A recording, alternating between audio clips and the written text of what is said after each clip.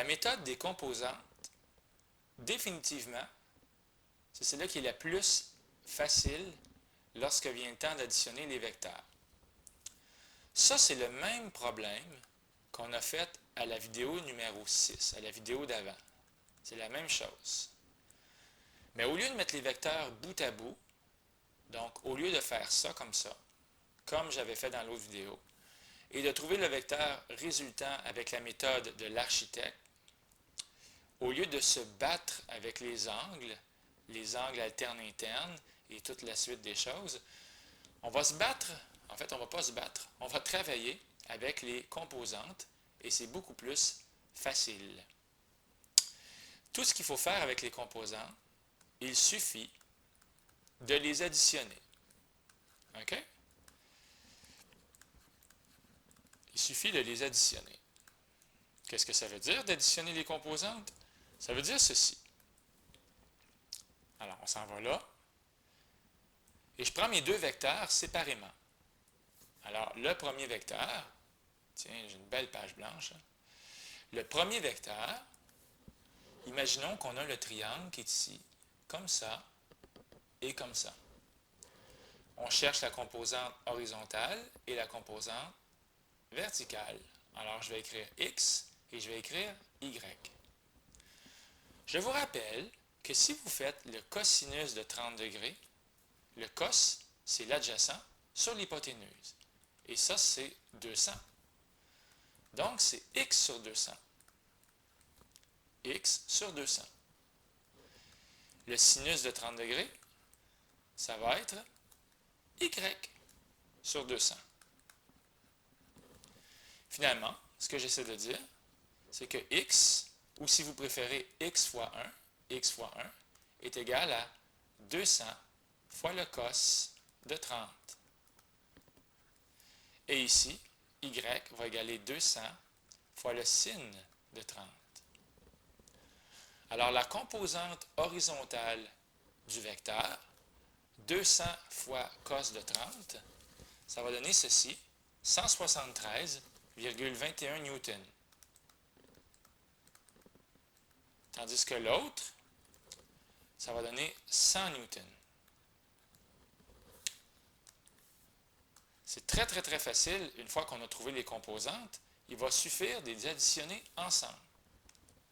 En passant, le 100 newtons est très facile à trouver lorsqu'on a un angle de 30 degrés. Le côté qui est opposé, Y, ben, c'est la moitié de l'hypoténuse. Mais ça marche juste avec un angle de 30 degrés, puis un angle droit, bien sûr. Ça a l'air facile, hein? J'ai fait la norme fois le cos de l'angle. J'ai fait la norme fois le sin de l'angle. Ça va toujours être vrai. Mais quand l'angle est un angle de 135 degrés, ça travaille mal avec un angle de 135 degrés. On a le goût de faire un triangle, n'est-ce pas? On a le goût de travailler comme ça. OK, si ça vous tente, vous avez le droit d'écrire 45 degrés. Et vous mettez votre X et votre Y pour la composante horizontale et verticale. Si vous voulez, vous pouvez faire ceci. Vous pouvez faire cos de 45, qui est égal à x sur 400. Et donc, x, qui est égal à 400 fois le cos de 45. Et ça va donner 282,84 newtons. Mais ce n'est pas une vraie réponse, parce que la composante est négative, parce qu'on s'en va vers la gauche.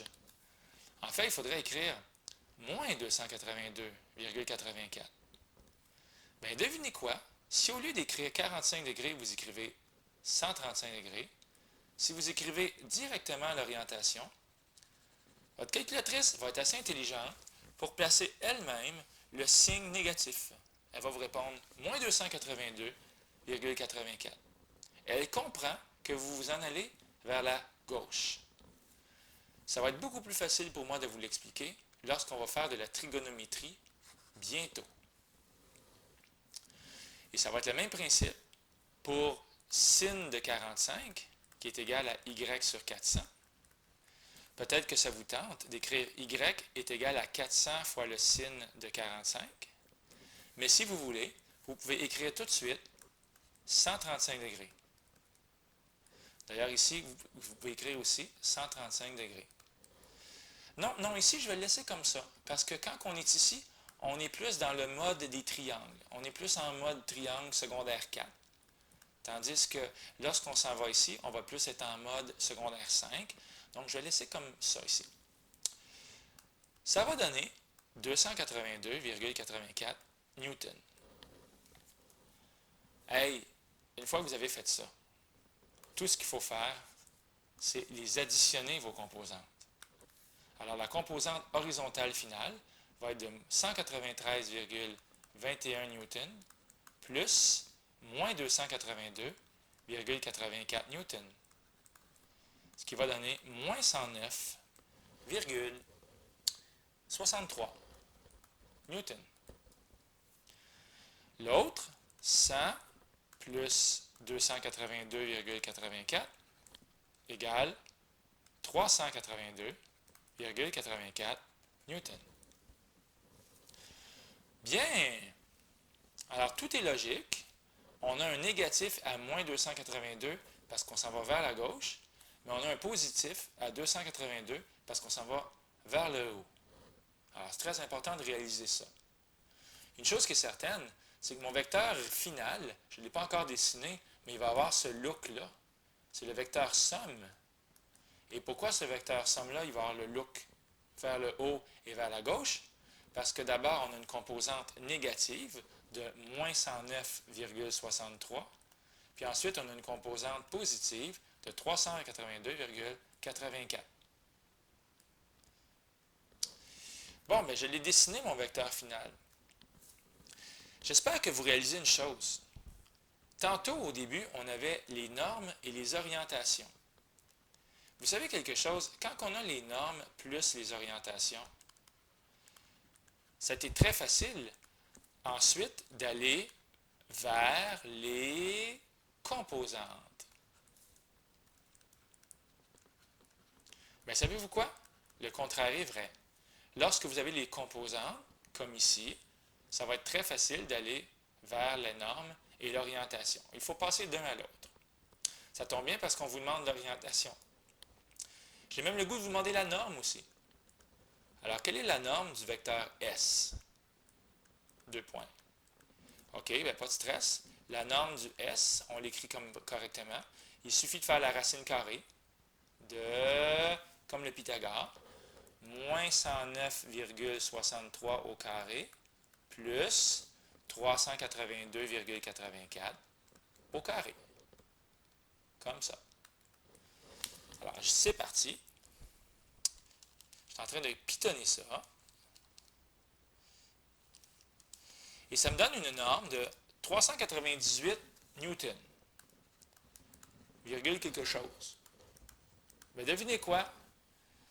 Ça donne la même chose qu'on a faite hier avec la méthode de l'architecte. Maintenant, je cherche l'orientation, c'est-à-dire l'angle qui est ici. Tiens, l'angle θ qui est ici, qui est l'orientation. OK? Parce que c'est demandé là. Pas de stress avec ça. Il faut bien comprendre que les composantes nous parlent. Comme ça et comme ça. Moi, j'ai le goût de trouver l'angle qui est ici, l'angle alpha. Mais vous savez quelque chose? La tangente de cet angle-là, alpha, c'est l'opposé sur l'adjacent. Donc, c'est 382,84 sur 109,63. On va laisser tomber le négatif parce que je veux juste l'angle. Alors, tout ce que j'ai à faire, c'est que mon angle, c'est la tangente moins 1 de 382,84 sur 109,63. Comme ça. Donc, je fais tangente moins 1 de 382,84 divisé par 109,63. Elle me répond 74 degrés. 74 degrés, virgule 02. On va dire à peu près 74 degrés. Tiens. N'oubliez pas, c'est lui qui vaut 74 degrés. Moi, je cherche l'orientation que je suis en train de mettre en jaune. Alors, j'ai juste à faire 180 degrés moins les 74 degrés, ce qui donne à peu près 106 degrés. Donc, j'ai trouvé l'orientation et la norme. En passant, on peut se convaincre qu'on a la bonne réponse lorsqu'on va sur Didacti ou dans mon fichier notes de cours avec réponse. Alors, on va aller voir ça, si c'est bien fait, si c'est bien dit. Alors, je vous répète que j'ai fait le même exercice que le numéro 6 de la vidéo de hier. Et on a, ici, attention, ça c'est avec la méthode de l'architecte, ça a l'air beaucoup plus compliqué, mais on a la bonne norme, puis finalement, on a la bonne orientation. J'avais dit 106 degrés, là on a 105,9. Alors c'est beaucoup plus rapide avec la méthode des composantes. Un dernier petit numéro, imaginez qu'on a 3 vecteurs. Vraiment, là. 3 vecteurs. Oups. Pensez-vous vraiment qu'avec 3 vecteurs, on va faire la méthode de l'architecte, qu'on va les mettre bout à bout, le premier, le deuxième, le troisième, hein, je les ai tous dessinés, là. Le premier, le vecteur U, qui est ici.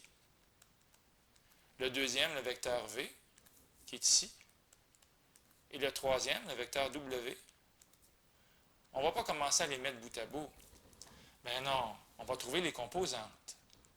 Les composantes de U, c'est assez facile. C'est 0,30. Ben oui, c'est 0,30. Il s'en va directement vers le haut. Les composantes de V, bien allons-y.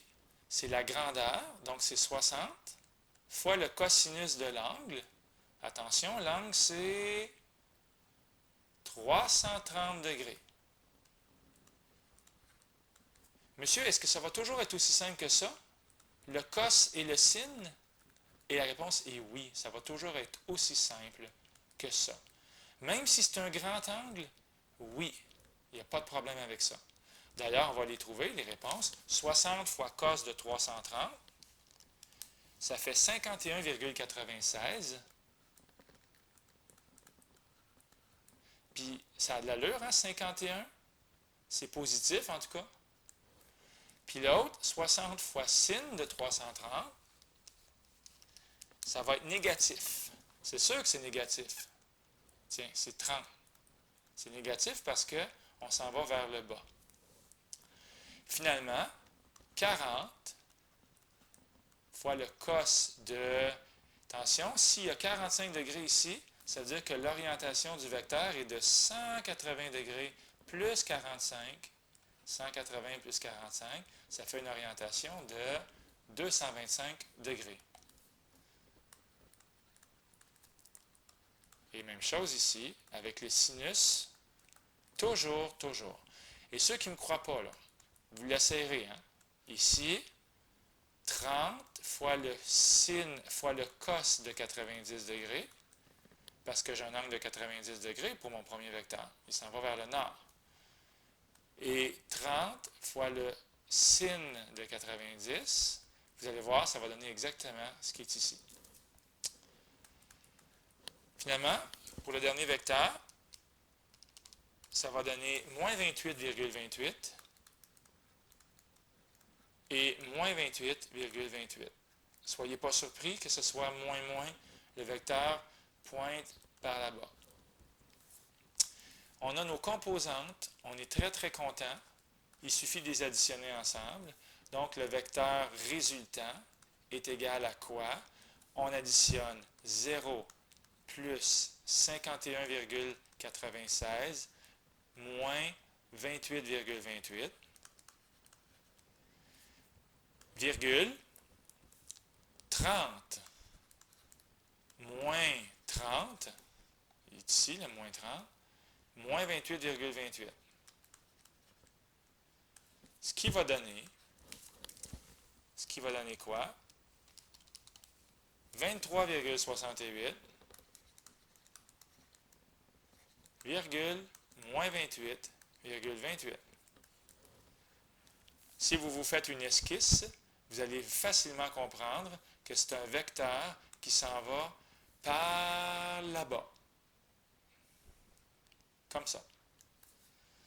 Ben oui, parce que la composante horizontale est de 23,68, puis la composante verticale est de moins 28,28.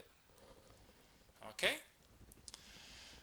C'est un petit peu ça. Je vous rappelle que pour trouver la grandeur de ce vecteur-là, la norme du vecteur R, tout ce que vous avez à faire, c'est un Pythagore avec ces deux composantes-là,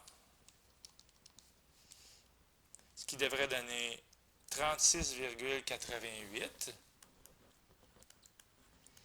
Et si vous voulez trouver l'orientation de ça, vous avez juste à trouver l'angle qui est ici, l'angle alpha, en faisant tangente moins 1. Je suis en train de le faire.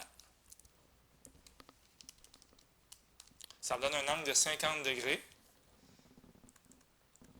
Donc, l'orientation va être environ 310 degrés. OK? Alors, sur ce, bonne étude!